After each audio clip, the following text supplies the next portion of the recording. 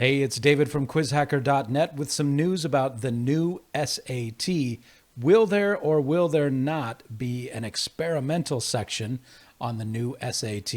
Until very recently, I'm talking about maybe in the last couple of weeks, tutors and prep test companies have assumed that the experimental section on the old SAT was no more. It was being dropped, and that there would not be an experimental section on the new SAT. Now, if you're not sure what I mean when I say experimental section, it was simply a section of the test that was added on. It could be either critical reading, math, or writing, and it didn't count. They were questions that were the College Board was basically testing.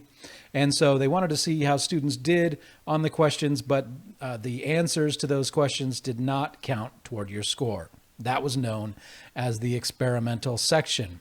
As I said, until very recently, the assumption was there would not be an experimental section on the new SAT, which was good news because the experimental section requires you to do a bunch of work that you don't get credit for, and of course makes the test longer.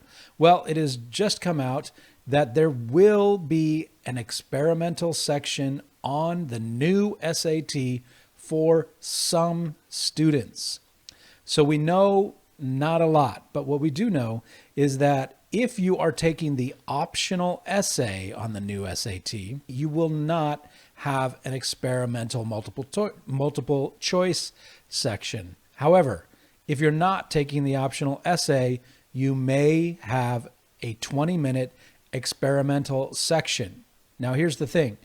We are not sure yet whether every question in that additional 20-minute section will be an experimental question, or if there will simply be an additional 20-minute section that contains some experimental questions and some regular questions.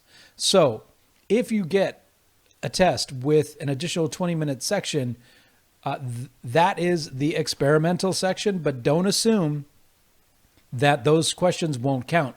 You need to treat it as if they do until we find out more information about the new experimental section. So that's all I have for you today. I will see you again next week. Until then, I hope this video has helped you to prep smarter.